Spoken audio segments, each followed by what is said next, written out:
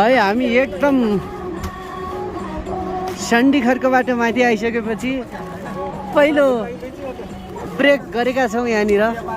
हामीले यहाँ अब अर्ग्यानिक चटपट बनाउने तर्खरमा जुटिरहेका छौँ। यता फर्किनुहोस्, यता फर्केर का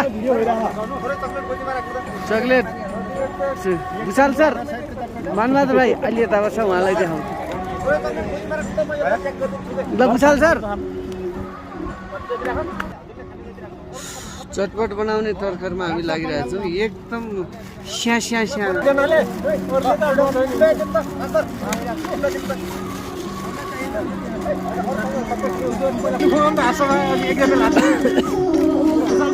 हामी चटपटका लागि एकदम तयारी गर्दैछौँ।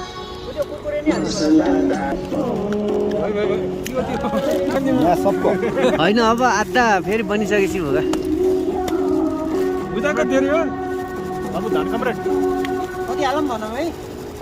लगभग भयो।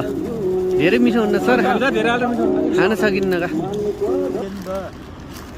डाक्टर साहब र हाम्रो हाकिम साहबले एकदम यो चटपट श्रेय उहाँहरूलाई जान्छ। यो चटपटको मुख्य श्रेय चाहिँ हाकिम साहबलाई जान्छ।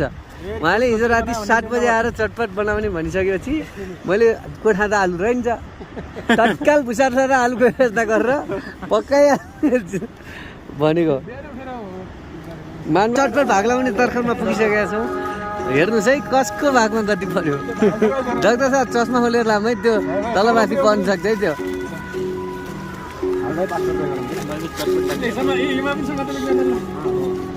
ल अहिले टिपाउँला फेरि।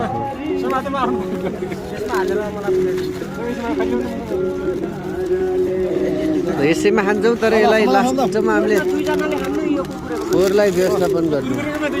ल धनबहादुर र मैले खान्छौँ, हेर्नै अशोक सर र मैले खान्छौँ तिनटाले।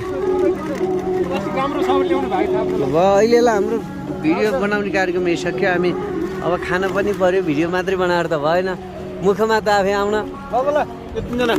ल हाम्रो भागमा 3 जनाको भागमा लगभग आधा केजीभन्दा धेरै परेको छ दर्शक महानुभाव।